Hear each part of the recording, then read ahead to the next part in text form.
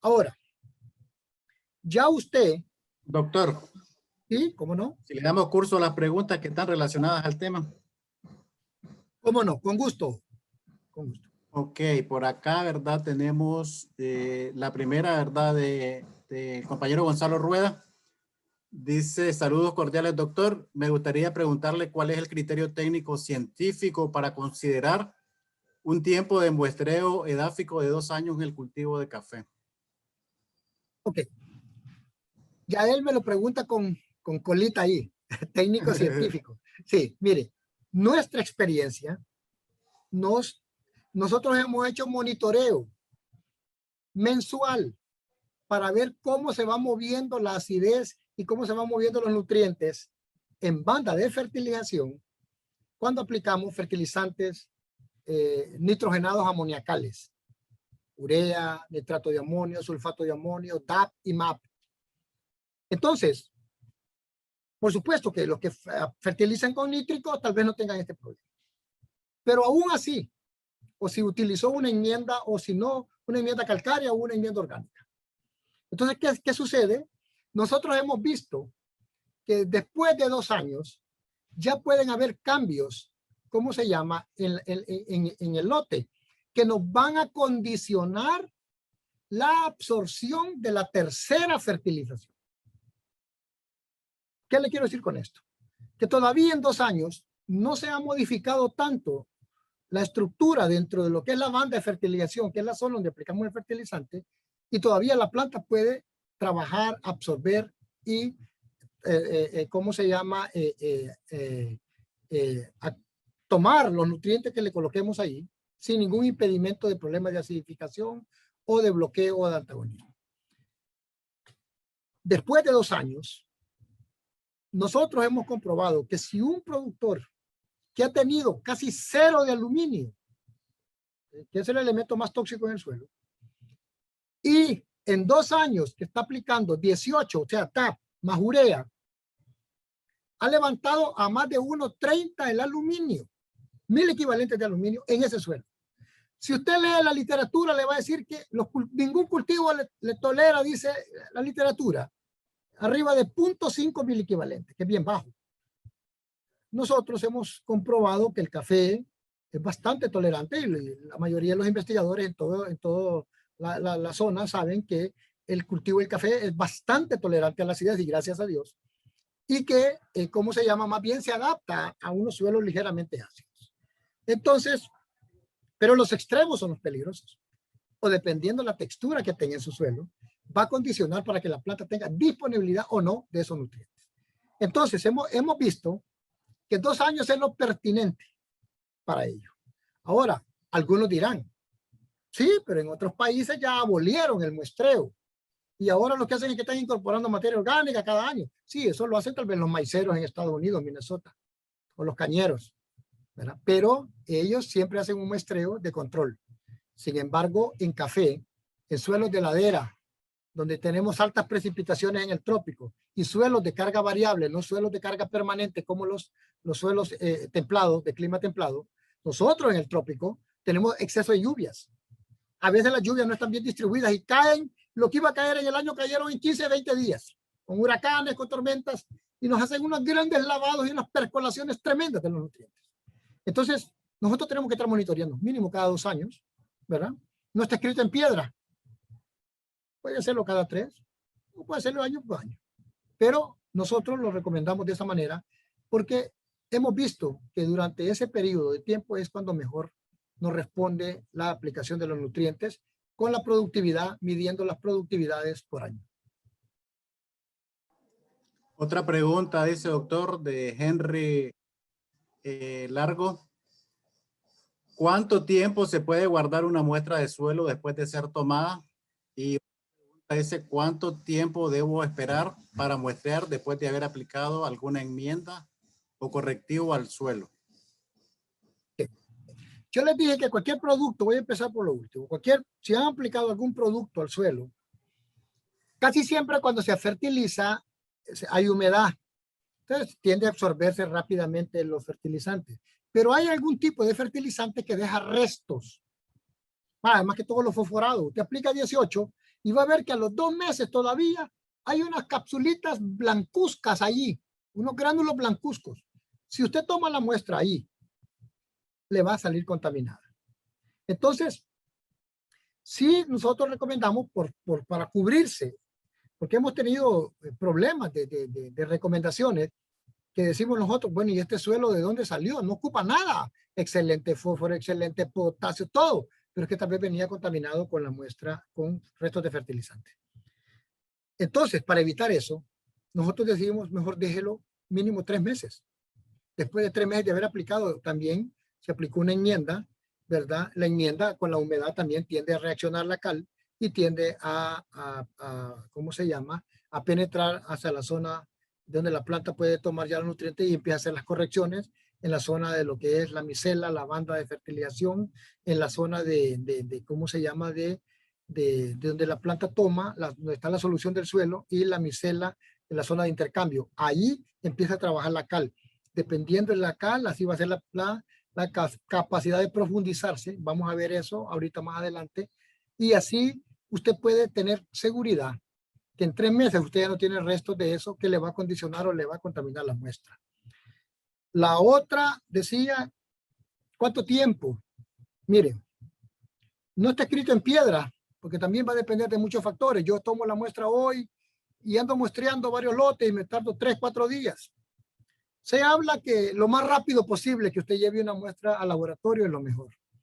Pero también usted puede hacer algo y una muestra le puede aguantar más tiempo. Le dije yo que si usted la muestra, la saca y la mete en una bolsa y le hace un nudo y la tira en una pala del carro y la anda 5 días allí, esa muestra está casi contaminada, esa muestra no va a ser representativa, va a tener problemas. Entonces lo mejor es que esa muestra yo la puedo mantener que respire el suelo, luego lo puedo tirar en papel, en lugares altos donde no, mire yo que no llegan aves, patos o gallinas a contaminarme la muestra.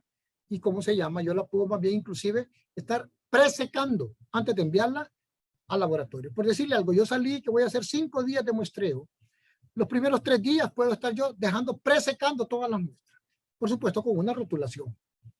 Las tengo ya, las puedo hasta colar, a botarle la piedra, la raíz, lo más grueso, y para tenerla ya un poquito embullida. Eso me va a adelantar el trabajo en el laboratorio. Pero yo recomiendo que por lo menos entre 5 y 6 días sería lo máximo para que la puedan enviar al laboratorio.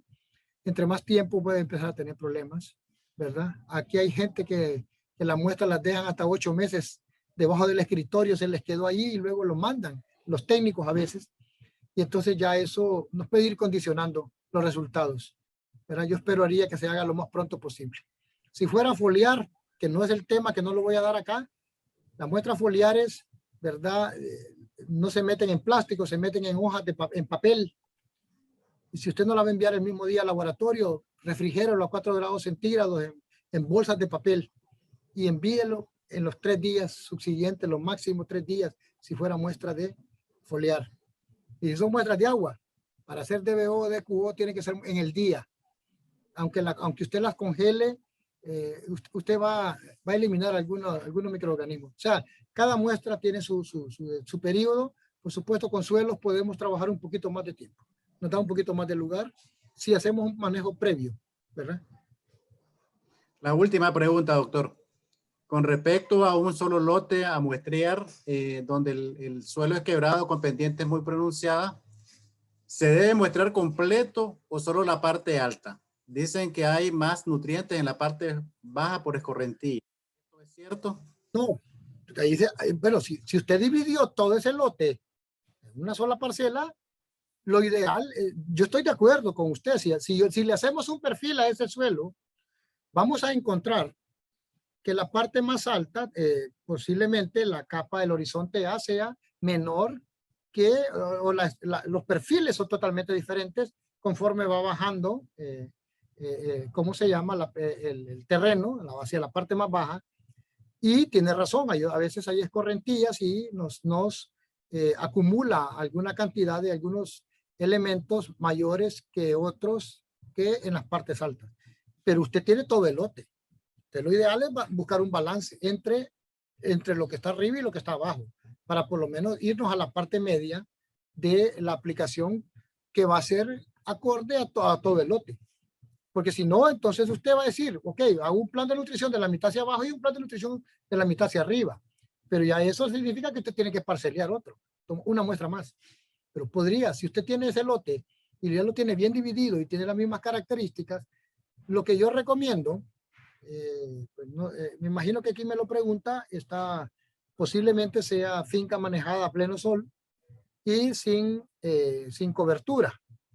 Nosotros, solo le voy a decir así, nosotros como política recomendamos que haya mínimo 2 pulgadas de cobertura en el suelo por las altas pendientes que tenemos para evitar la erosión. O sea, una de las prácticas de conservación de suelo es no usar herbicida. Utilizamos cuma, machete, ¿verdad? Para limpiar. Y eso recomendamos que te deje 1 o 2 pulgadas de cobertura, ¿verdad? En el suelo para que evitar la erosión del suelo. Uno. Lo otro, sembrar barreras vivas a cada 6 metros.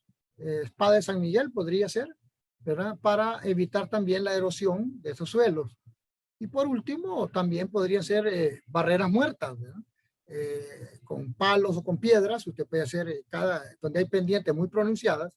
Aquí tenemos que apostarle nosotros a la conservación del suelo, ¿verdad? Pero sí estoy de acuerdo que hay una escorrentía y que va a dar un poquito más de nutrientes abajo, pero lo ideal es mejor elaborar un plan por todo el lote, porque si no, también los costos se le van a ir arriba. ¿Puedo continuar, Julio? Adelante, doctor, con el siguiente tema. Hay alguien que dice que no escucha, pero y yo escucho bien. Si me confirman los demás, ¿se escuchan bien? ¿Escuchan? Enrique José. Sí, muy bien. Ah, ok. Bueno, es la internet de la persona que está. Sí, sí, escuchamos. Dice que no escuchan. Ok, gracias. Vamos a continuar entonces. Adelante, doctor. Ok.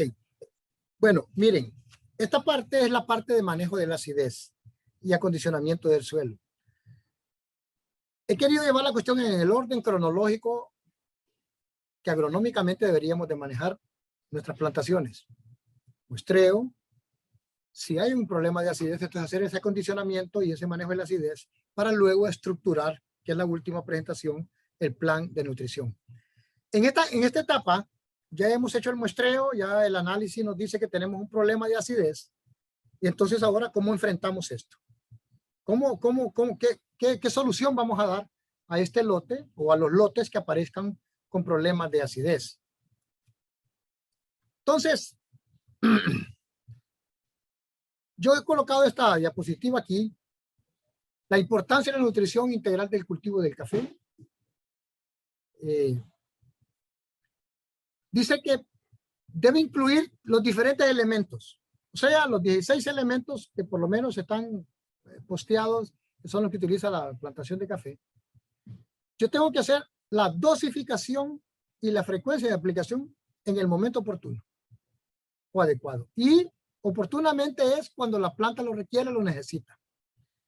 Ahorita tenemos un ejemplo. Mire, nosotros siempre decimos que el muestreo tiene, la primera fertilización granular del suelo lo hacemos entre 60 y 65 días después de la floración principal. Ahorita, en muchas regiones del país no ha llovido. Está seco. Y ya se pasaron esos 60 o 65 días. Eso oportunamente significa que, no, ya están los 60, yo lo tengo que tirar aunque esté seco el suelo. No es así. Tengo que esperar que llueva. Porque el fertilizante tiene que descomponerse. La planta no come gránulos. La planta tiene que permitir que se descomponga ese fertilizante y llegue a la solución del suelo para que la planta lo tome. Entonces, en el plan de nutrición tenemos que entender que cuando hablamos de nutrición hablamos de balance, equilibrio. No solo es fertilizar. El fertilizar es una actividad dentro de lo que es el plan de nutrición. El plan de nutrición arranca por el muestreo. Si hay que hacer una enmienda, la vamos a hacer, enmienda calcárea u orgánica, la vamos a hacer en tiempo y en forma. Es en el verano. Claro que ahorita usted me dice, mire que yo muy tarde hice el muestreo y tengo que aplicar cal, me parece que tengo que aplicar cal. Ok, fertilice, porque es lo que tiene pronto ahorita. Espere un mes y aplique la cal. Deje que se absorba el veranillo que hay en la canícula y luego un mes después vuelve a fertilizar. Pero si hay que hacer ajustes vía foliar, más que todo de micronutrientes, ¿verdad? Los hacemos vía foliar en tiempo y en forma. Y luego vendrá la etapa en la que usted tiene que aplicar el fertilizante granular al suelo. Entonces, noten que nutrir significa balance, equilibrio. La gente cree que fertilizar es nutrir. No, es el complejo entre lo que es las aspersiones foliares, el manejo de las enmiendas y la aplicación de fertilizante granular al suelo. Entonces, ¿qué voy a utilizar yo para poder manejar la acidez en el suelo? Bueno, en todos los países tenemos diferentes tipos de cales. Las enmiendas calcáreas están, ¿cómo se llama?, en los diferentes mercados. Y aquí yo les puedo mencionar, no se dirijan por el nombre, estos solo son nombres comerciales. Pero, por ejemplo, esta es una cal dolomítica. Allá le llaman, pueden ser que le llamen dolocal o cal dolomita o dolomítica. Este es un carbonato de calcio. La cal dolomítica es un carbonato de calcio y un carbonato de magnesio. O sea, que esta cal, aparte de neutralizar mi aluminio, de mejorar mi pH, me aporta calcio y magnesio al sistema donde el análisis me dice que están bajos calcio y magnesio. Esta cal tiene un PRNT muy bueno, arriba de 100, 103 hasta 105, por ahí anda, ¿verdad? Y la presentación aquí en nuestro país es de 110 libras. Es aquí todo esto tiene 110 libras. Aquí tenemos otro tipo de cal que se llama cal 70-30. ¿Verdad? 70-30 le llamamos así porque esta cal tiene un 70% de cal dolomítica, ¿verdad? Y tiene un 30% de sulfato de calcio, o sea, yeso. Entonces, se combina, se mezcla. Antes uno tenía que aplicar la cal dolomítica primero y después aplicaba el yeso o al revés. Esperaba un mes entre un lapso y otro, pero ahora ya las cales vienen mezcladas. Entonces usted puede tener esta tiene un nombre, se llama triple cal, pero aquí en el país hay triple fértil, calmac, nutrical, corrector. O sea, hay un montón de cales 70-30 que usted va a ver que aquí en el brochure de ellos dice calcio, magnesio, azufre. Es cierto, algunos le colocan hasta silicio, dice. Entonces, estas cales, el PRNT es menor que la dolomita, pero tiene el mismo papel que la dolomita, que usted aplica, corrige la acidez, le está agregando calcio, magnesio y le está agregando azufre también al sistema. Este otro tipo de cal es un hidróxido de calcio, la cal apagada que se le conoce.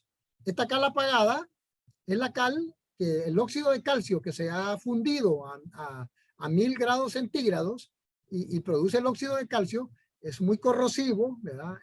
Entonces, es abrasivo. A ese se le apaga con agua y obtenemos hidróxido de calcio o cal hidratada. Esta cal, por supuesto, aquí en Honduras, en sus países me imagino que han de haber productores que la sacan en forma artesanal. Usted mira que escarban y le meten fuego y luego sacan esta cal, la hidratan, le agregan agua, la apagan, le dicen cal apagada. Pero también existe casas industriales, ¿verdad? Casi como esta, que produce este tipo de cal ya en esta presentación de 50 libras, ¿verdad? De hidróxido de calcio. Y lo que tenemos aquí es una cal que la estamos evaluando ahorita y si Dios quiere, posiblemente este año escribamos este trabajo. Es una dolomita líquida de la Casa Santa Clara de Brasil, ¿verdad? Es un carbonato de calcio y carbonato de magnesio, nada más que es líquido, con, ellos le llaman nanopartículas, ¿verdad? Y entonces, pues lo estamos evaluando en campo. Esto se asperja en forma líquida, en vez de tirar la asperjada, lo estamos tirando en forma líquida. Y estamos haciendo la evaluación ahorita en campo, si Dios quiere, este trabajo, este año lo escribimos. Ahora, ¿cómo llega la acidez al suelo? Aquí es únicamente para recordar un poquito la clase de edafología, es que en la formación del suelo, en la edafogénesis, usted va a entender que de la roca madre se origina el suelo. O sea, el suelo viene de abajo hacia arriba. De la roca madre, se le conoce como un suelo primitivo, donde casi no tenemos suelo, es más roca, pero por acción de la humedad, líquenes, bacterias, hongos, se va descomponiendo esa roca, se va disgregando, ¿verdad? Y va dando lugar a la formación del suelo. Entonces pueden ver ustedes que de un suelo primitivo, luego tenemos un suelo joven, que se le conoce un suelo joven, y después ya un suelo un poquito maduro, ya un suelo que ya le podemos ver en los horizontes, el horizonte más superficial, que es donde tenemos más materia orgánica, más negro. Luego el horizonte se le conoce como el horizonte A, luego el horizonte B, el horizonte C, donde hay restos de roca todavía. Entonces, a esto se le conoce como perfil del suelo. Entonces ya puede ver usted que este tipo de suelo, como decía el compañero que hacía la pregunta, si usted hace este perfil de suelo, una calicata, en la parte alta de una montaña, este perfil es diferente a lo que es en la parte baja, ¿verdad? Posiblemente este perfil sea más profundo, el horizonte A y el horizonte B, ¿verdad? En la parte baja que en la parte alta. Entonces, sí va a tener variación, pero aquí lo importante es que adaptemos el plan de nutrición acorde a la media que encontramos en el análisis de todo ese lote. Entonces, note que si esta roca que está dando origen a este suelo es una roca de granito, por ejemplo, este suelo va a ser ácido. Entonces va a ser un suelo medianamente o pobre en fertilidad. Y va a tener acidez. Entre más abajo va usted, más ácido es el suelo. Entonces esto es lo que se le conoce la acidez parental u origen en la formación de la génesis del suelo. Entonces ahí ya no tenemos nada que hacer. Los técnicos solo tenemos que aprender a trabajar con estos suelos. Porque usted no le va a decir al productor, no, me vende ese lote y vaya a comprar otro que no tenga acidez parental. No podemos, sino que tenemos que empezar a trabajar con este tipo de suelo. ¿Cómo yo compruebo si tengo acidez parental o inducida? Bueno, en este caso, la acidez parental, cuando usted encuentra valores altos de aluminio en un lote, lo que se recomienda es que si usted hizo el muestreo de 0 a 20 centímetros, lo haga de 0 a 40, ¿verdad? De 0 a 20, de 20 a 40 y de 40 a 60. Y usted mire los valores de aluminio que va a tener o de acidez total que va a tener en esos ese perfil, en esos tres perfiles de muestreo. Entre más profundo usted va a encontrar que el suelo está igual o más ácido que en la superficie. Ya ahí, de ahí eso le va diciendo a usted que este suelo es un suelo por material de origen, la acidez presente en él. Sin embargo, otra forma de acidez es por inducción. Y lo que yo le comentaba en la respuesta que le daba al compañero, por fertilización nitrogenada, no nítrica, sino nitrogenada amoniacal. De cada vez que yo aplico fertilizantes nitrogenados amoniacales, yo estoy induciendo acidez en este suelo, ¿verdad? La liberación de iones H+, en el proceso ¿cómo se llama? En el proceso de descomposición, ¿verdad? De la urea o el nitrato de amonio, entonces me libera H+, que me va condicionando la acidez en el suelo. Y lo otro es que las altas precipitaciones, existen otros factores, pero yo le he querido colocar estos tres que son, podría decir, predominantes o preponderantes, es el lavado. Entre más lavado tengo yo, ¿verdad? Entonces voy a ir perdiendo bases, voy a ir perdiendo calcio, voy a ir perdiendo magnesio, voy a ir perdiendo potasio, y estos sitios van a ir siendo ocupados por los iones H+ y por el aluminio, y esto lo que va a hacer es que me va a condicionar a mí la acidez alrededor del sistema radicular donde está la planta creciendo. Entonces, podríamos decir en términos generales, los más gruesos, la forma como la acidez puede llegar a nuestro sistema o al suelo. Ahora, esta diapositiva me la compartían un colega de Guatemala que me decía que la acidez es tan importante que el mundo de los suelos se ha dividido en dos: suelos amarillos o rojizos, suelos ácidos con bastante arcilla, casi siempre son suelos bastante arcillosos, y suelos, ¿cómo se llama?, que no tienen acidez, suelos con una mejor estructura, suelos mejor con una mejor textura, suelos mejor con una mejor composición de materia orgánica, ¿verdad? Que casi siempre la materia orgánica tiene esa capacidad también de atrapar aluminio, de acomplejarlo y eliminarlo del sistema. Entonces, sí es importante el tipo de suelo con el que vamos a trabajar. Y aquí les puedo mostrar yo la acidez residual que los fertilizantes inducen en un suelo. Mire usted la urea, un 84%, el nitrato de amonio les decía cuando hacía los cálculos yo matemáticos, que utilizamos en un suelo con pH de 5.5 para abajo, utilizamos el menos malo, el que menos acidez induce de los fertilizantes amoniacales. ¿Cuál es? Nitrato de amonio, 63%. Pero el sulfato de amonio, cuando hay un pH demasiado alcalino, utilizamos sulfato de amonio más bien para acidificar el suelo, porque tenemos que llevarlo a un nivel donde la planta se encuentre cómoda en el sistema donde ella puede absorber la mayoría de los nutrientes. Entonces, mire que el sulfato de amonio nos aporta un 112% de índice de acidez, el MAP, o fosfato monoamónico, un 65%, y el DAP, o el 1846-0, un 74% de índice de acidez. Yo les contaba la experiencia en 2 años, haciendo una mezcla de este señor, urea y DAP, en 2 años estaba el aluminio altísimo. No digamos si combina sulfato de amonio y DAP, en 2 años usted tiene un suelo altísimo en acidez. Por eso es importante estar haciendo el muestreo cada vez que estamos haciendo aplicaciones de estos productos. ¿Qué significa ese valor negativo? Significa la cantidad de kilogramos de carbonato de calcio que yo debo aplicar al sistema para neutralizar 100 kilogramos de estos fertilizantes aplicados. Eso significa 112%, 74%, 84%, significa cantidad de kilogramos de carbonato de calcio para neutralizar 100 kilogramos de ese fertilizante, ¿verdad? Entonces, note que el KCl y el CAMAC, que los hemos puesto aquí, tienen 0 de índice de acidez, ¿verdad? Entonces, eso es importante mencionar. Ahora, ¿cómo se mide la acidez en el suelo? Todos lo sabemos, los técnicos lo saben. El valor de referencia es el pH, potencial de hidrógeno. Y el potencial de hidrógeno lo que me está diciendo a mí es, ok, vamos a medir cuánto H más hay en ese suelo, cuánto hidrógeno hay en ese suelo.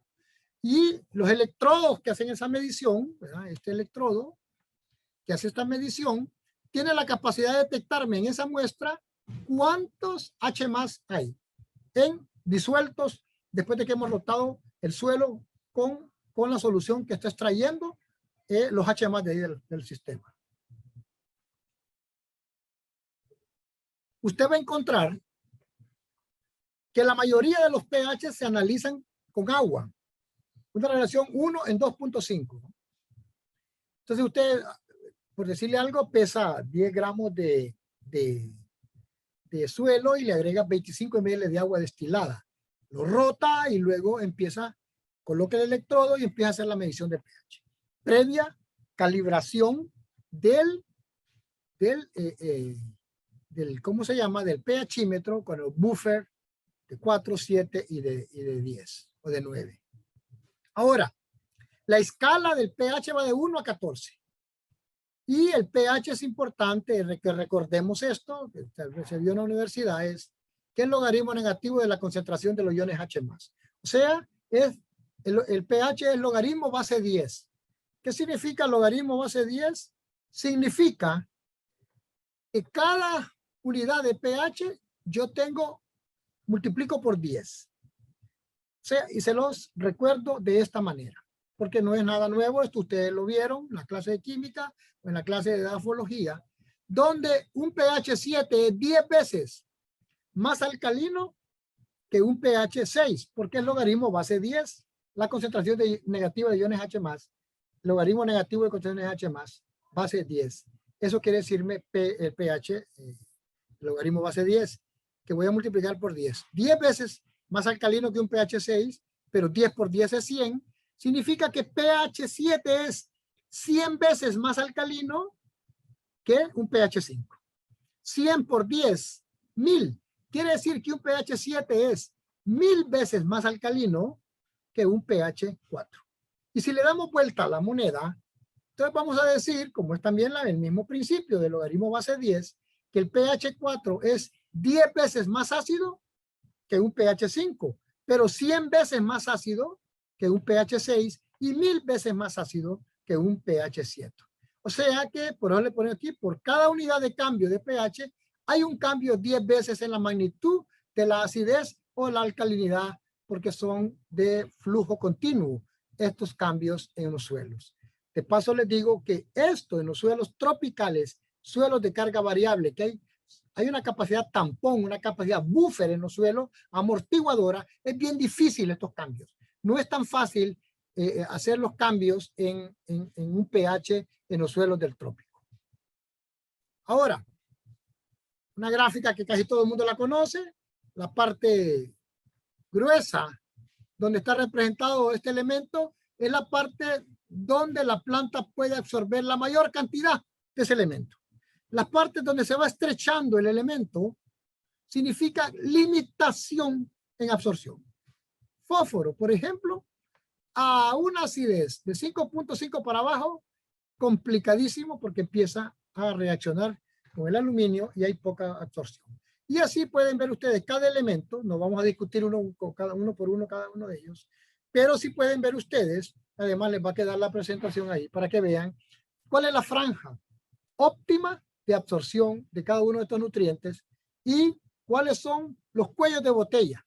Porque en base a pH, entonces nosotros podemos empezar a definir qué elemento voy a desperdiciar, qué elemento la planta me puede absorber y traslocar y qué elemento no va a estar disponible para que la planta lo pueda absorber. Esta gráfica que la compartió el doctor Eurípides Malavolta de Brasil. Es una gráfica muy conocida, donde nos hace ver a nosotros que el rango óptimo de absorción de los nutrientes están entre 5.5 y 6.5. O sea, usted dirá, solo para café. Mire, cuando uno estudia los pHs óptimos de cada cultivo, casi todos coinciden en este rango. Son escasos algunos que se salen de este bloque. Son escasos. Están fuera de foco en este bloque que necesitan otros pH para poder, absorber los nutrientes. Lo que me está diciendo la gráfica es que la mayoría de los nutrientes están disponibles para que la planta los pueda tomar en un pH que oscila entre 5 puntos y 6.5. Entre 5.5 y 6.5. ¿Qué pasa si el suelo empieza a bajar de 5 puntos hacia abajo? Mire, potasio, calcio y magnesio va disminuyendo su capacidad de absorción. Nitrógeno, azufre y boro empieza a disminuir su capacidad de absorción. Fósforo va en picada también su capacidad de absorción.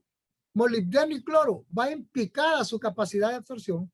Y los únicos que empiezan a subir en una fracción ácida, estoy viendo solo la fracción ácida, es este señor aluminio, que aquí en este rango está en el nivel más bajo, pero conforme nos estamos desplazando hacia la izquierda, hacia la acidez, empiezan a levantarse los valores de aluminio hasta niveles que llega a causar súper toxicidad en el sistema radicular.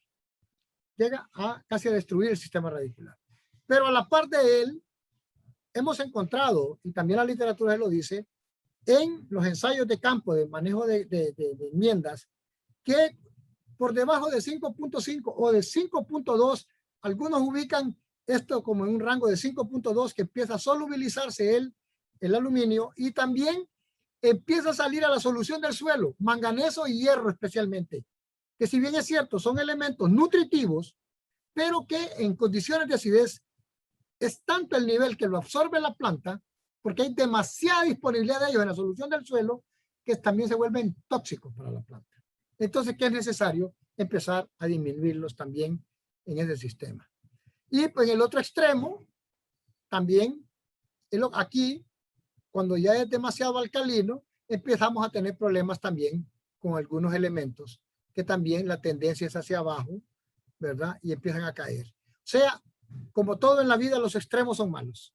Entonces, el análisis de suelo es clave, porque el dato de pH nos va a orientar a nosotros, dependiendo si usted quiere hacer pH en KCl, ¿me entiende? Es importante también. Si lo hacen agua y lo hacen KCl, en KCl es la acidez real que se le conoce, el otro es la acidez potencial. Entonces, usted puede también definir su plan de nutrición y dice, no, yo esta vez no voy a utilizar fertilizantes nitrogenados amoniacales, me voy a ir con unas fórmulas o me voy a ir con nítricos para evitar este problema. Entonces, sí es importante el análisis de suelo y por eso cada 2 años tenemos que estarnos dando cuenta cómo se está modificando nuestro pH en el suelo y cómo se va a estar condicionando la disponibilidad de los nutrientes en nuestros lotes. Esta gráfica también me muestra cómo el fósforo, yo le llamo el fósforo el elemento más complicado de la nutrición, y lo digo complicado en este sentido. En los ensayos de campo casi no tenemos respuesta a la aplicación de fósforo, a los niveles crecientes de fósforo. Casi no se mira la respuesta. Pero no solo eso, sino que su comportamiento dentro en el suelo es, el rango óptimo está aquí, de 5.5 y aquí me lo colocan hasta 6.5, el rango adecuado para poder absorber el fósforo. Los altos niveles de absorción de fósforo se encuentran aquí.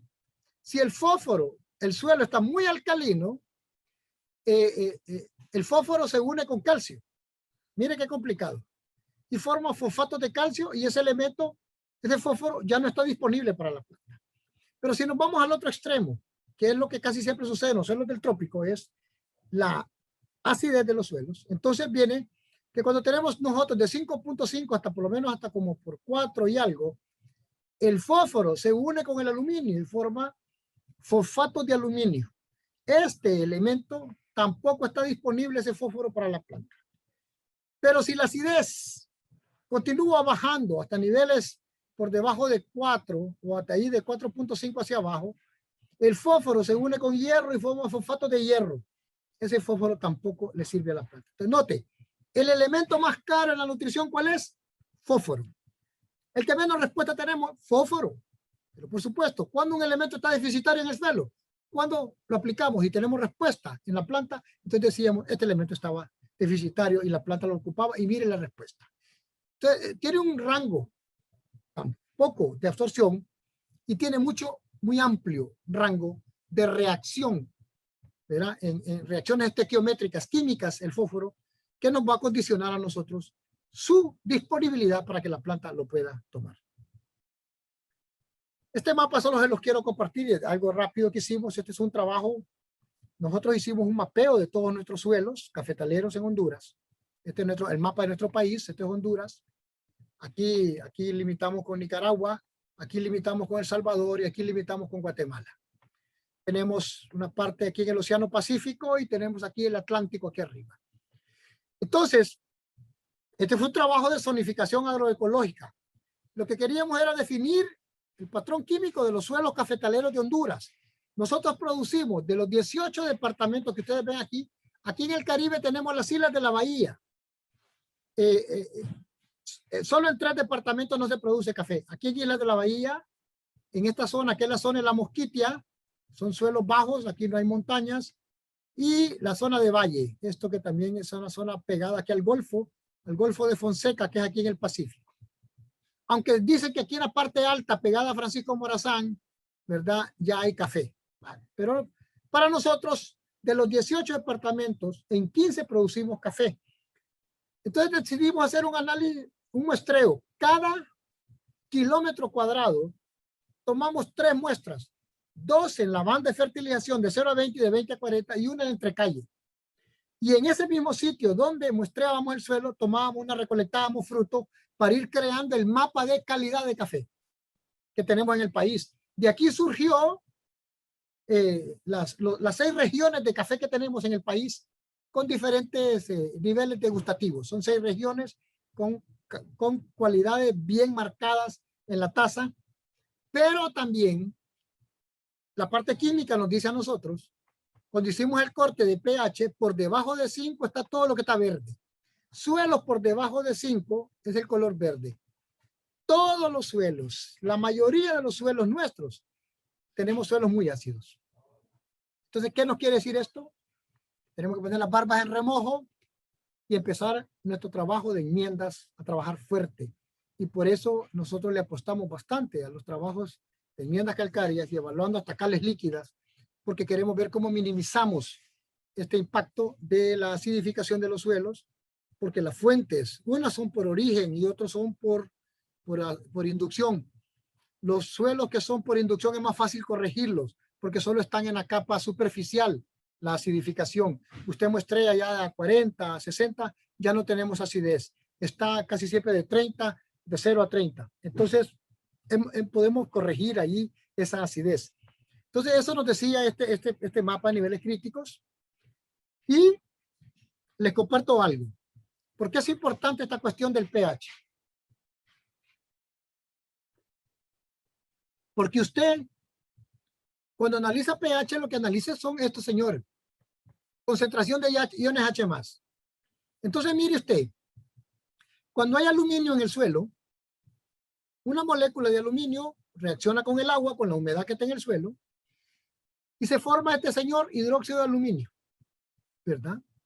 Hidróxido de aluminio, pero me libera 3H+. O sea que cada aluminio, y acuérdense de esto porque más adelante voy a ver un esquemita ahí, el proceso de acidificación de los suelos tropicales. Cada aluminio me libera 3H+. Entonces, eso es lo que estoy diciendo aquí en la parte teórica, que el aluminio produce 3H+ en potencia y hace que el pH sea más bajo, porque entre más H+, acuérdense que la concentración de iones H+ es inversamente proporcional al dato de pH. O sea, entre más H+, más bajo es el pH. O sea, más ácido.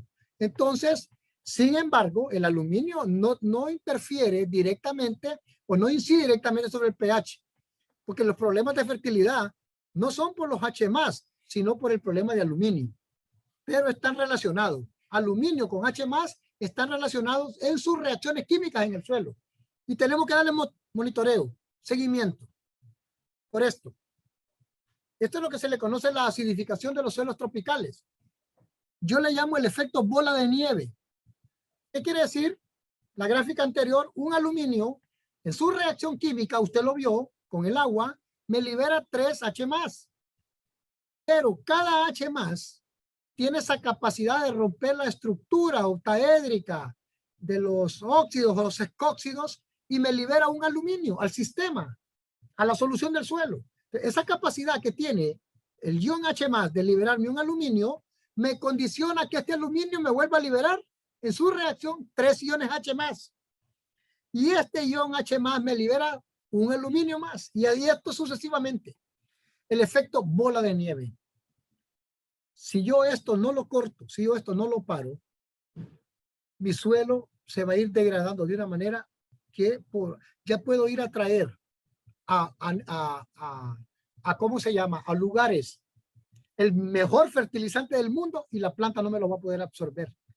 No porque ella no quiera, no porque no lo necesite, no porque sea una buena madre que ocupa nutrientes para sostener una cosecha. Es porque la raíz no se lo va a permitir por el daño que este señor aluminio le está causando. Entonces, es importante que nos compenetremos de esto. Si yo dejo de muestrear cada 2 años, este efecto bola de nieve se me puede prolongar y de repente me va a costar más hacer la enmienda y volver a este suelo a tenerlo fértil. Por eso es que técnica y científicamente tratamos, yo le decía, que nosotros hacemos muestreo cada mes donde aplicamos las enmiendas líquidas para ir viendo el monitoreo y la solubilización de este señor. Miren, el efecto niño-niña tiene mucho que ver también con la solubilización de este señor, aluminio, al sistema. Y hemos visto las curvas, cómo va desplazándose el aluminio en el perfil del suelo, en la banda de fertilización, conforme hay un periodo seco o periodo de mucha precipitación. Es variable. Y las bases se van moviendo también y el pH se va moviendo también. Entonces es importante que consideremos esto. Es clave que hagamos este monitoreo en nuestros suelos. Ahora, mire, Paván y Bigman en el 82, brasileiros, hicieron un trabajo con esta cuestión del aluminio. Y hay varios trabajos. Y ustedes, Colombia, por ejemplo, ha hecho muchos trabajos. Senicafé tiene muchos trabajos muy ricos en esta cuestión de sobre manejo de acidez y de enmiendas. ¿Qué encontraron ellos? Que la longitud del sistema radicular está condicionado por la concentración del aluminio. Usted tiene aquí la actividad del aluminio en concentración, ¿verdad? Y aquí tiene la longitud del sistema radicular. Entonces, Paván y Bigman encontraron que cuando el aluminio está casi en 0, la acidez es bajísima, mi sistema radicular tiene una longitud mayor, grande. Pero conforme se va desplazando la concentración del aluminio en el suelo, se va liberando, va disminuyendo mi elongación del sistema radicular hasta niveles como de 30 o 40 centímetros nada más. ¿Qué le dice esto a usted? Que la planta empieza a perder capacidad exploratoria y empieza a ver lo que se le conoce como retracción del sistema radicular y empieza usted a ver pérdida en el sistema radicular de las vellosidades absorbentes, y lo vamos a ver más adelantito en algunas gráficas que tenemos por acá. Por ejemplo, este es un suelo ideal. Yo tengo 70% de saturación de calcio, 18 de magnesio, tengo 8 de potasio y solo tengo 4 de acidez. Total, entre aluminio y H+. O sea que aquí tengo en este suelo yo 96% de saturación de bases. Alto valor de calcio, alto valor de magnesio, alto valor de potasio y poquito aluminio, solo un 1%, y iones H+, un 3% que también podría condicionarme la liberación de este, como lo vimos en la estructura anterior. Como consecuencia de esto que tengo, un excelente sistema radicular. La planta está con toda su vellosidad absorbente, con la capacidad de poderme absorber y traslocar los nutrientes que tenga en la solución del suelo, en la zona de intercambio, y los nutrientes que yo le aplique en forma ¿verdad? Artificial. Entonces, los nutrientes, ya sea fertilizantes convencionales u orgánicos, ella tiene la capacidad de absorberlo con este excelente sistema radicular. Pero ¿qué es lo que está pasando? Realmente, esto. De un 70% de calcio, yo tengo un 22%. De un 18 de magnesio solo tengo un 6. De un 8 de potasio ya tengo un 5. Y este señor que lo tenía en un 1%, ahora lo tengo en un 63%. Y este señor que estaba en 3, ahora está en 4. Este propició ir liberando a la solución del suelo a este señor. Entonces yo tengo, fíjese, de 96% de saturación de bases que tenía, ahora yo tengo 67% de saturación de acidez de aluminio y solo tengo, si tengo el 33% de potasio, de calcio y de magnesio. Este suelo empezó a degradarse. Este suelo empezó a perder la capacidad de la planta de absorber nutrientes y voy a tener un sistema radicular, como llamamos aquí, como cole chancho o cole tacuacín, pelada. No hay, la planta apenas puede absorber los nutrientes. Entonces, ¿por qué? Porque este aluminio es tan tóxico que se mete y elimina la raíz pivotante, la raíz principal. La planta, al solubilizarse el aluminio y llegar a la solución del suelo, entonces la planta empieza a absorber aluminio. Y fíjense qué cosa. Ella misma se está haciendo el harakiri, la planta. Ella misma está absorbiendo elementos tóxicos como el aluminio. Y este señor desde adentro empieza a causar daños en el sistema radicular, eliminando y pudriendo las raíces y eliminando la raíz principal. Entonces, a veces se llega a formar lo que se le conoce como el nudo de puño, que la planta quiere emitir sistema radicular nuevo, la raíz principal, la pivotante, y entonces se queda así, pero el aluminio no deja que prolifere. ¿Por qué? Porque hay espacios muertos. Causa daños hasta en la parte genética de la planta. Entonces, el aluminio es tóxico y necesitamos entonces eliminarlo del sistema para que la planta pueda tener capacidad de nutrirse. Y este fue el mapa de aluminio que encontramos en el país nosotros. Todo lo que ven morado es aluminio que estaba por arriba de 1 y el resto aluminio menor de 1. Hicimos también el mapa de propensión a la acidez, haciendo el balance de la saturación de bases. ¿Cuántos suelos estaban por debajo de 70%? Todo lo que está en rojo estaba por debajo de 70% y lo amarillo. Pero por debajo de 60% son estos suelos rojos. De todo lo que estaba en pH verde, que estaba por debajo de 5, eran suelos cuya saturación de bases estaba por debajo de 60. Suelos muy ácidos, con mucho aluminio.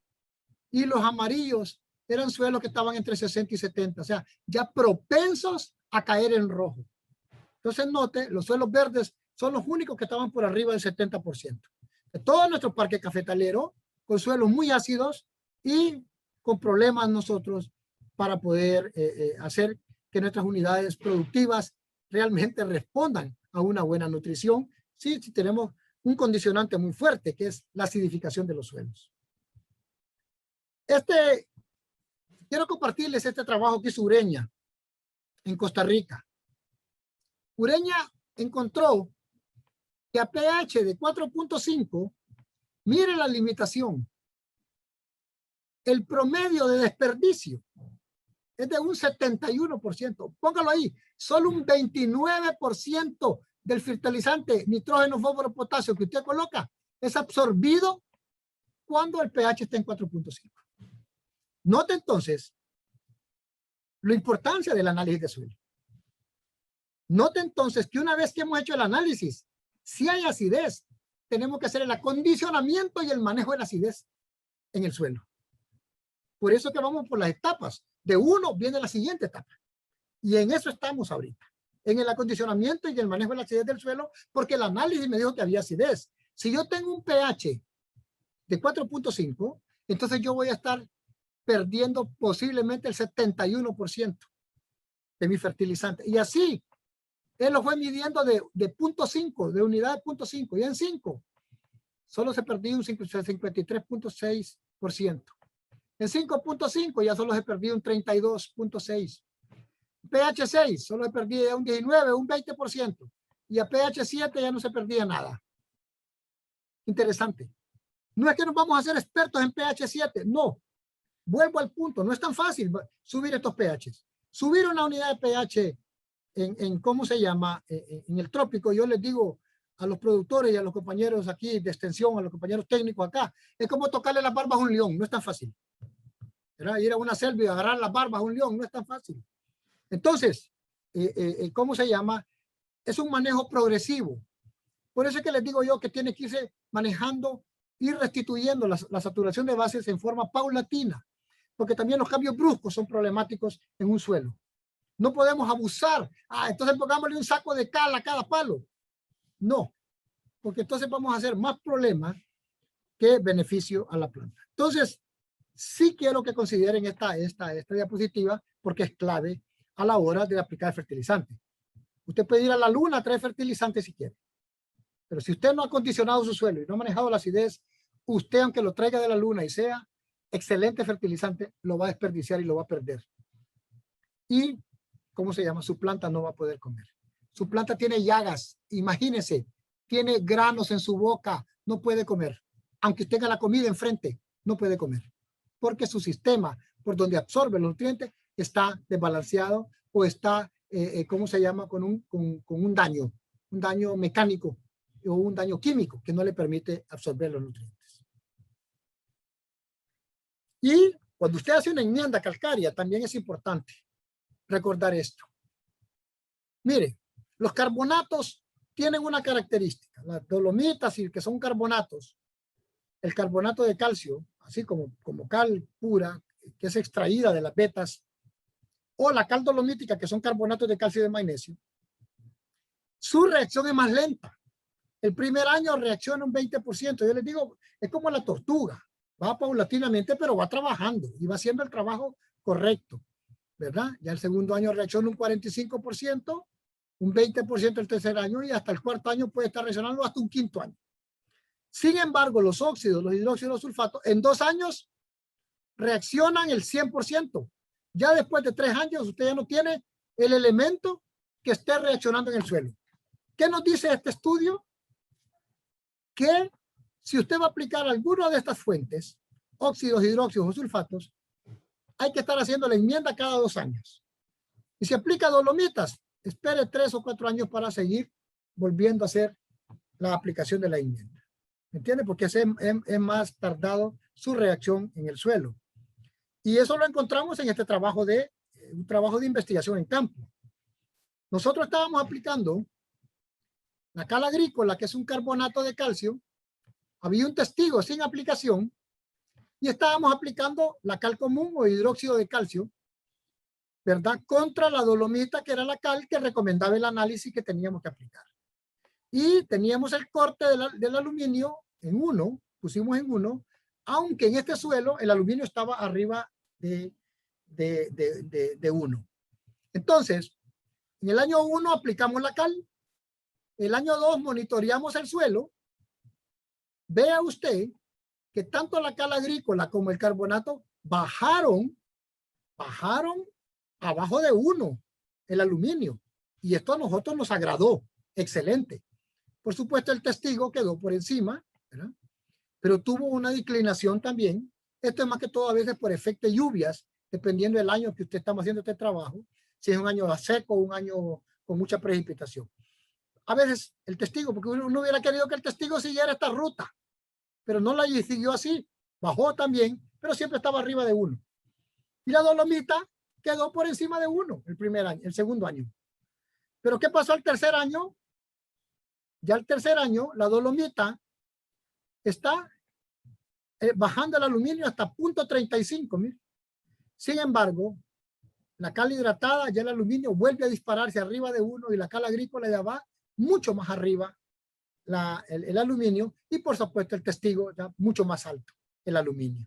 Entonces, por esta razón, hemos visto que los óxidos, los hidróxidos y los sulfatos reaccionan a los 2 años y cada 2 años ya aquí debimos haber hecho otra aplicación para que este aluminio siguiera bajando y no darle espacio para que se vuelva a disparar hacia arriba. Sin embargo, la dolomita, miren, ella sigue trabajando. Usted dirá, ¿cuál es mejor?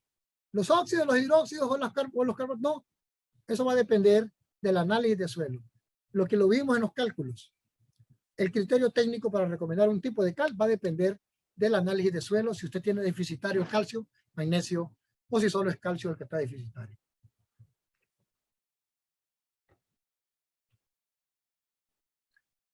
En forma práctica, ¿cuáles son los indicadores de acidez? Porque la mayoría de los técnicos dicen, yo consigo un aparatito, mido pH y con él me voy. No, yo quiero decirle esta mañana que el pH solo es un índice de acidez. Solo es un índice de acidez. Pero está también la concentración del aluminio en forma elemental en la solución del suelo. O el aluminio intercambiable que ya le conoce. Pero también es importante considerar la sumatoria de las bases. Si están arriba de 5, MEC, calcio, magnesio, potasio. Si está arriba de 5, ya estamos bien. El aluminio está abajo de 1, estamos bien. Si el pH está en 5.5, estamos bien. Hay que ver si la saturación de aluminio está por debajo del 25%. La tasa de restitución, que se llama la RAS, deberíamos de tenerlo abajo del 25%. Y por último, para nosotros algo bien importantísimo es esto. El porcentaje de saturación de bases. Para nuestro criterio, aquí en el ICAFE, todos los suelos que están por debajo del 70% casi siempre tienen pH bajo, el aluminio está alto, los calcio y magnesio están bajos. Entonces, ¿qué hacemos? El programa automáticamente le recomienda aplicar enmienda calcárea. Todos los suelos que están por debajo del 70%.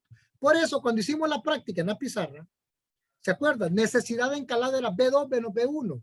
B2 es porcentaje de saturación de bases a donde yo quiero llevar mi suelo, mi parcela. Entonces, en este caso, nosotros es el 70%.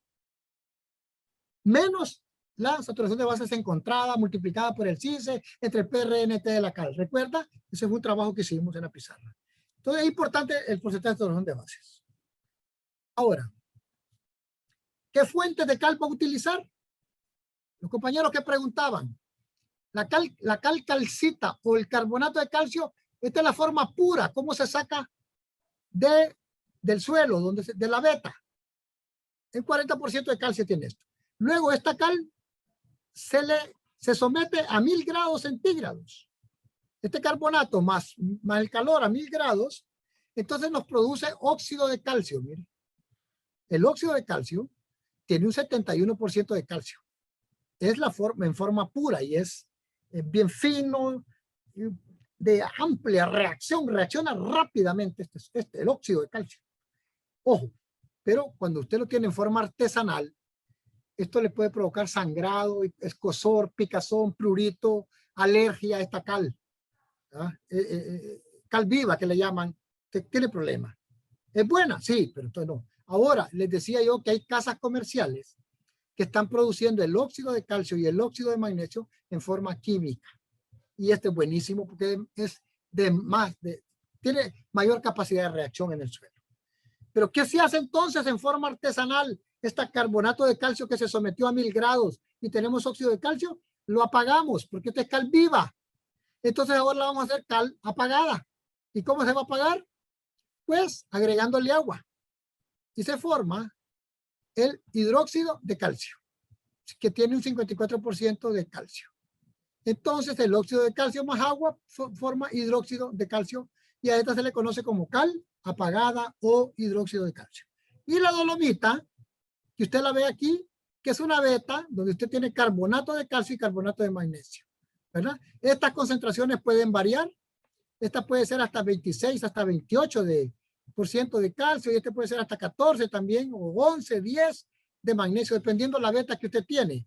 Y de aquí están sacando 70 libras y le están mezclando 30 de yeso y están produciendo las cal 70-30, que lastimosamente no lo coloqué aquí, pero es otro tipo de cal que se enmienda, ¿verdad? La cal 70-30, que lleva 70 libras de dolomita más 30 libras de sulfato de calcio, o sea, yeso agrícola, y esa combinación se están aplicando también al suelo. Y aquí más o menos una reacción de encalado en forma esquemática. No siempre es así, pero aquí lo puede ver usted, un suelo ácido, suelo arcilloso, que me retiene H+, aluminio, tiene calcio, tiene magnesio, potasio aquí. Entonces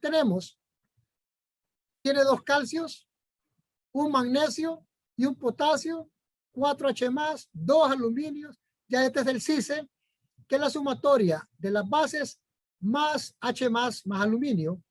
Y arriba tengo 4 moléculas entre 10 abajo por 100, 40% de saturación de bases. Suelo muy pobre. Solo tengo 60 de acidez y 40 de bases. Aplico la enmienda, mejoro la composición en el suelo y ahora ya tengo arriba 7 moléculas de bases entre calcio, magnesio y potasio, y en el CICE tengo los mismos 10, y estos 7 entre 10 por 100, 70.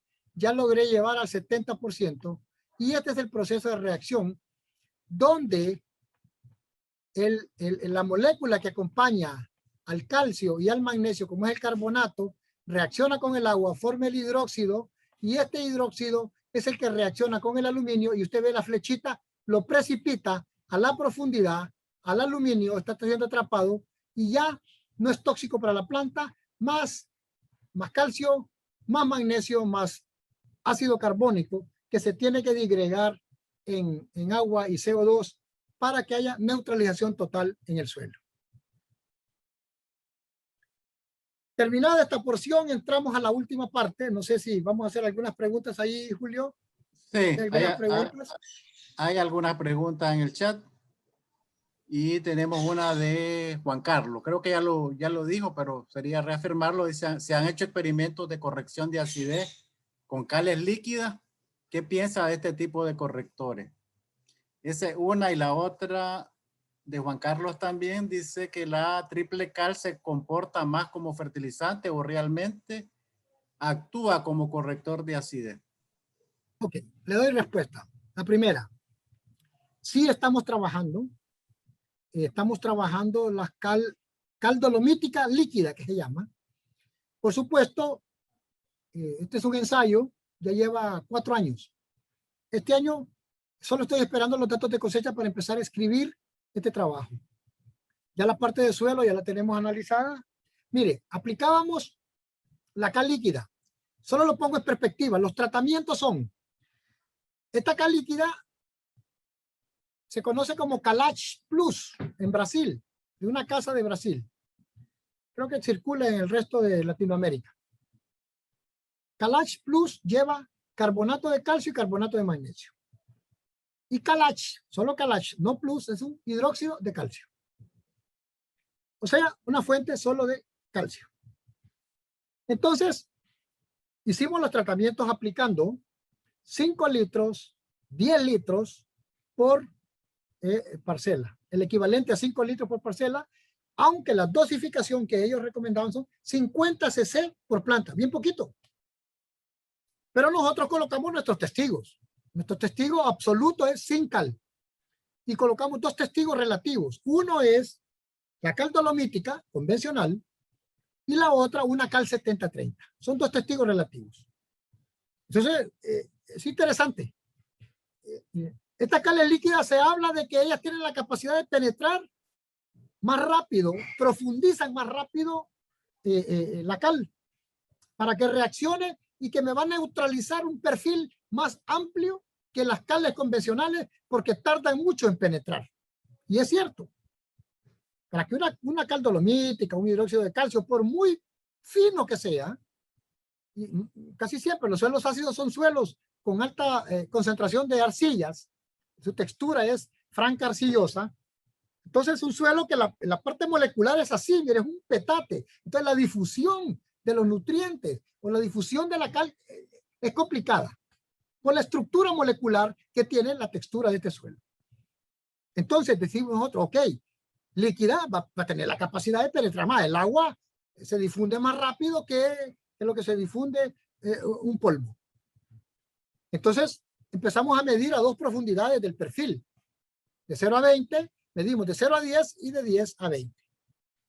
Para ir viendo cómo se van moviendo las cales, los testigos y todo, ¿verdad? Entonces, ciertamente la cal líquida empezó a hacer una reacción un poquito, a profundizar un poquito más. Pero las otras cales de 0 a 10, excelente, la dolomita y la otra. La cal líquida también empezó a trabajar bien. Entonces, como les digo, no le puedo adelantar mucho porque es un trabajo que está por escribirse. Estamos ahorita analizando los tratamientos, estamos analizando la parte cosecha, la parte edáfica y la parte productiva, ¿verdad? Entonces, este es un trabajo que, si Dios quiere, lo vamos a escribir este año. La otra pregunta. Usted me dice que la cal 70-30 se utiliza más como un fertilizante o que una enmienda. Miren, lo que hay que entender aquí es que hay gente, y los técnicos caemos en esta trampa, que cree que les venden calcio o magnesio en unos tambos, aplique calcio y como leche blanco aquello, usted está neutralizando aluminio. No, está cometiendo un error. Está cometiendo un error. Le voy a subir aquí de nuevo. ¿Por qué está cometiendo un error? Porque si usted aplica calcio o aplica magnesio en su producto, ese elemento no reacciona con el aluminio. Eso solo es una fuente nutritiva para su sistema, para su suelo. ¿Qué es lo que va a reaccionar con el aluminio? El carbonato, que es la base primigenia, la pura, que se aplica al suelo, al reaccionar con el agua, se hidroliza y forma lo que se le conoce como el ion hidroxilo. O sea, este ion OH viene del carbonato. Al disociarse con el agua, forma este ion hidroxilo. Y este tiene una buena alilopatía para unirse con el aluminio, que acuerden que es un catión trivalente. Tiene una carga positiva de 3. Y este tiene una carga negativa. Entonces, por alilopatía, por atracción de cargas opuestas, forman un enlace bien fuerte, hidróxido de calcio. Y esto es lo que atrapa el aluminio. No es el calcio ni el magnesio. Más bien, el calcio y el magnesio van a ir como fuente nutritiva. Como fuente nutritiva, no como reaccionadores contra el aluminio. Y usted me dirá, ¿le pueden competir? Sí, posiblemente le compitan por sitios de absorción al aluminio. Pero le van a, o sea, su forma de tal vez de ayudarle al sistema es por competencia para que la planta va a absorber más calcio porque hay más calcio, más magnesio que aluminio en el sistema. Pero no le está neutralizando aluminio. Entonces, yo quiero que entienda algo. Voy a revisar acá. La cal 70-30, si usted me dice, ¿es más una fuente nutritiva que una enmienda? ¿O no es enmienda? ¿Qué es la cal 70-30? 70 libras de este señor, mire, dolomita. 70 libras de carbonato de calcio y carbonato de magnesio, más 30 libras de un sulfato de calcio que es yeso. Entonces lleva, lo hemos encontrado nosotros, lleva mayor cantidad de calcio al sistema. ¿Por qué? Porque está la cal de el calcio de la dolomita más el calcio que lleva el sulfato.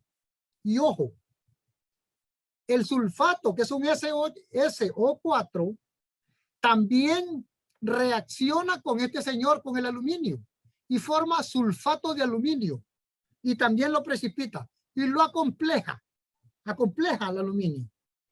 Entonces note que la cal 7030, esa que lleva calcio, magnesio, y le lleva azufre, lo que pasa que el vendedor es astuto. Él dice, no, esta cal es una fuente fertilizante. Claro, porque le va a aportar calcio y magnesio y azufre al sistema. ¿Son elementos nutritivos? Sí. ¿La planta los ocupa? Sí, y le van a servir. Pero la principal objetivo por el que usted aplica una enmienda calcárea es para neutralizar a este señor. Ya vimos los daños que causa. Ya vimos los problemas que causa este señor. El principal objetivo de hacer una enmienda calcárea u orgánica, porque mire, la materia orgánica atrapa a este señor también. La materia orgánica en su descomposición de mineralización se producen unos radicales libres. Y esos radicales libres tienen una gran atracción por el aluminio. Y fijan aluminio y ese aluminio ya no es tóxico por la planta. La materia orgánica. Por eso es buenísimo agregar, incorporar abono orgánico al sistema. Se los dije cuando yo hacía los cálculos. Cuando uno hace una mezcla de cal más abono orgánico, más rápido baja el aluminio, de la toxicidad del aluminio.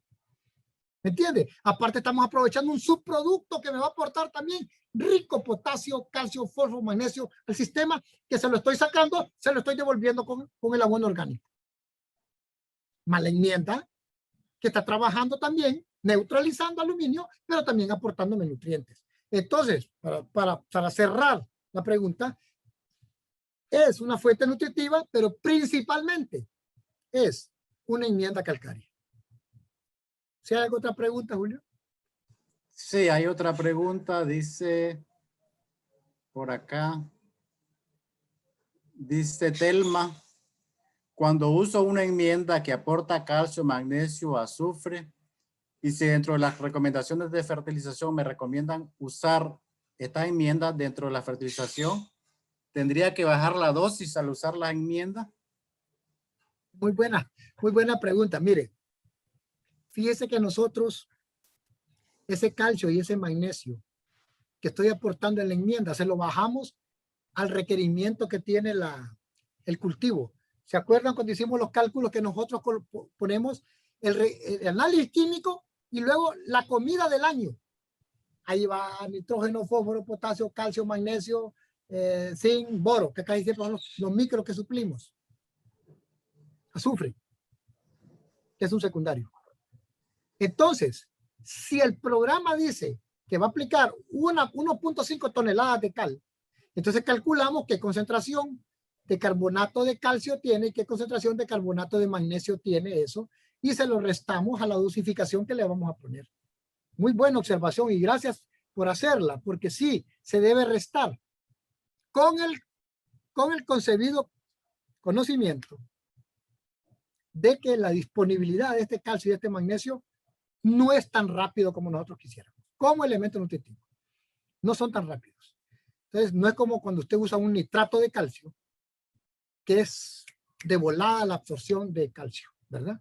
O un óxido de magnesio, o un magnesil, magnesamón, que usted va a tener absorción de magnesio rápida. Entonces, tiene que saber, pero a la larga, dentro del equilibrio del sistema, usted también está aportando y hay que restarlo a los cálculos que tenemos. Muy buena pregunta y gracias para poder hacer ese comentario. Esas eran todas las preguntas, doctor. Puede continuar con el tema. Ok, entonces vamos a la última hora. Creo que estamos a tiempo. Yo espero, ojalá me ajuste el tiempo, porque esta parte ya hemos venido por las gradas. En grada. Muestreo, un buen muestreo me garantiza a mí tener una buena productividad. Ok, pero para tener esa buena productividad, yo tengo que evaluar lo que me está diciendo ese análisis. ¿Quién me interpreta ese análisis? Una vez que yo tengo una buena interpretación y digo, aquí tengo un problema de acidez, yo tengo que hacer un acondicionamiento de este suelo, tengo que manejar esta acidez. Entonces, conociendo la génesis de mi suelo, la edafogénesis de mi suelo, y conociendo la naturaleza de mi suelo, porque yo he hecho un monitoreo de mis lotes, he manejado como una empresa mi finca, y conozco al dedillo, la textura, la estructura y la composición química de mi suelo. Entonces yo vengo y digo, ok, voy a acondicionar este lote. Lo voy a manejar la acidez. Porque si no, para nada voy a fertilizar. Lo que me están recomendando de comida ahí, para nada va a servir si no hago la aplicación de la enmienda calcárea o la enmienda orgánica. Entonces, la segunda etapa es manejo de la acidez y acondicionamiento.